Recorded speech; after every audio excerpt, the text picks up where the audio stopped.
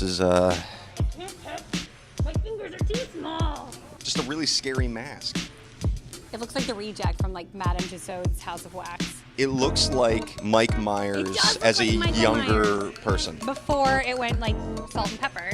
What do you think the biggest achievement that progressives have done since the 2016 DNC is? I don't think a lot of people realize it, but I think how close the chair vote got with Kimberly Ellis against Eric Bauman. People were really disappointed that we lost, but it was by 54 votes or something. Such a small margin. I don't think people really truly understood what a huge win that essentially was, that we actually almost overthrew the party's choice. And I know a lot of people were disappointed that we didn't win, but I took it as it was inspirational that like we did that in such a short amount of time. We organized, we ran an ADEMs, we got her almost in that seat in 6 months. So stick to it. Don't give up. Keep going. We just had some free tacos from a candidate, not going to say who, but No who, but really, who gave you free tacos? We got some free tacos from President De Leon. And that's all it takes. All it takes is just asking again, and then you just open up. I just did, didn't I? Well, we're not as closed-lipped, We like transparency, for better or for worse. That's right. Did you do the Porter Ranch thing earlier morning. today? Oh, you did a great job. I saw you come in so out of breath, and Yeah. then you didn't even have I had notes just or came from the anything. airport. You did such a good job. Thank you. I'm just so passionate about this issue. Yeah. So my name is Noemi Tungui, and I am a delegate for Ventura County.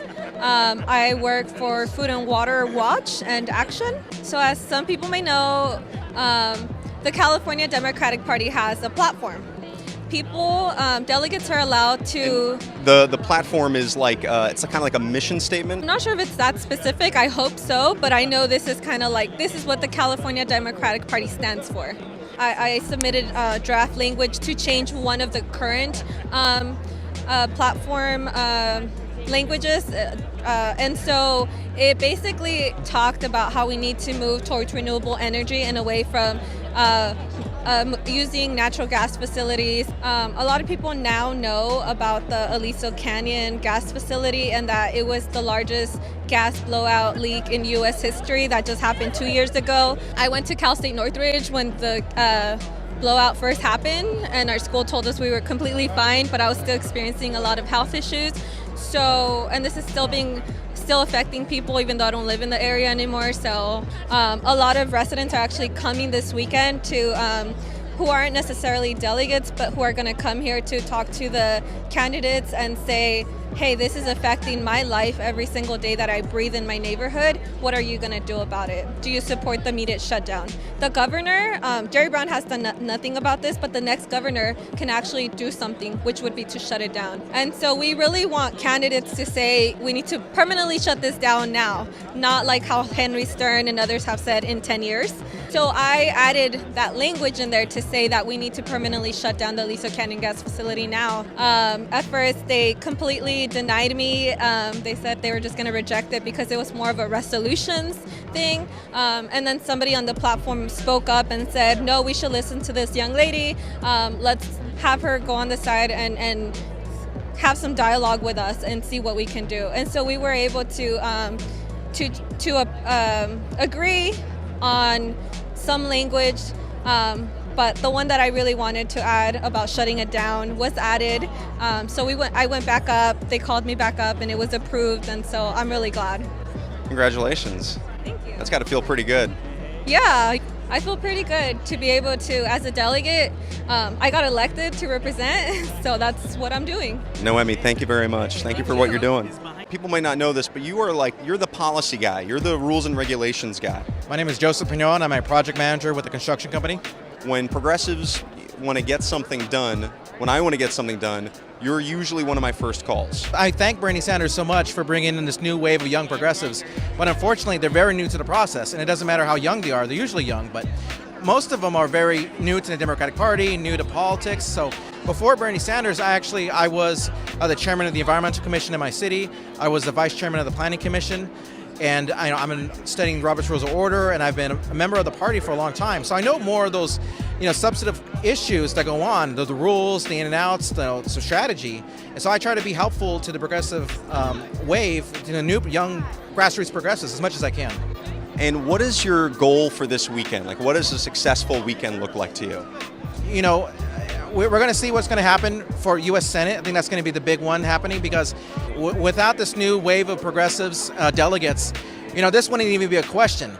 Dianne Feinstein in years past has not been to the convention since she ran for governor. And why would she? Why would she waste her time talking to people about, the platform issues? She's not accountable to them because she knows she's going to get the endorsement. She knows she's going to win, win the general. Now she's actually scared. Now she actually has to come here and defend her record. My mom wanted to talk with people in California about guaranteed health care, universal health care. What if we drop the age to 0? And we can't come back with it. You took over the Veterans Caucus. Well, progressives took over the Veterans Caucus was the e-board meeting in Millbrae? Yeah, it wasn't me. It was a whole group of us. We put together a slate and we challenged the results of an election that was unfair. We won the challenge, and then we won the election 52-0. 52-0? Yep. It's the most united caucus in the California Democratic Party. And I'm standing here with... Cullen Tiernan, the chair of the Veterans Caucus. I hope that's how you introduce yourself to everybody. Like, you go out to a bar or something and someone's like, hey, what's your name? And you go, Cullen Tiernan, chair of the Veterans Caucus. Of course. I mean, it's even changed my Instagram. What is going on in the Veterans Caucus right now? So we just went to Tijuana, Mexico to visit deported veterans. These people were the dreamers before they were dreamers. So it's a big picture of what's happening in the United States right now. There's, thousands of veterans that are deported. The United States government doesn't even keep count of it. There's very little resources when you reach out to them. But we made some friends through social media. We visited 2 different houses, and we're going to start the process of bringing them back.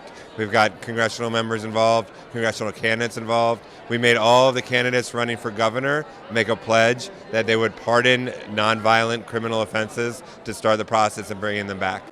Can you give me a scenario? How does a veteran get deported? What's the situation? A lot of different scenarios. One of the ones I heard the most was, I was born in Mexico. I was 2-3 years old when my family moved to the United States. So I wasn't technically an American citizen by birth, but I became a green card holder. I lived the American dream. I built a family, and then something bad happened to me. I made a mistake. I got involved. There are a lot of people with PTSD that they think that they need a gun on them all the time.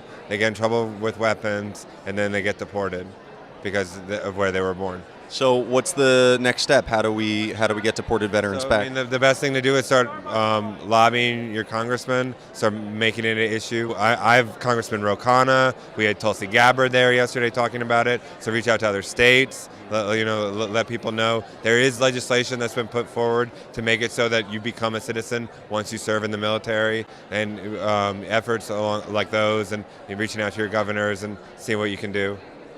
Thank you, Cullen. Yeah, thank you, Dan.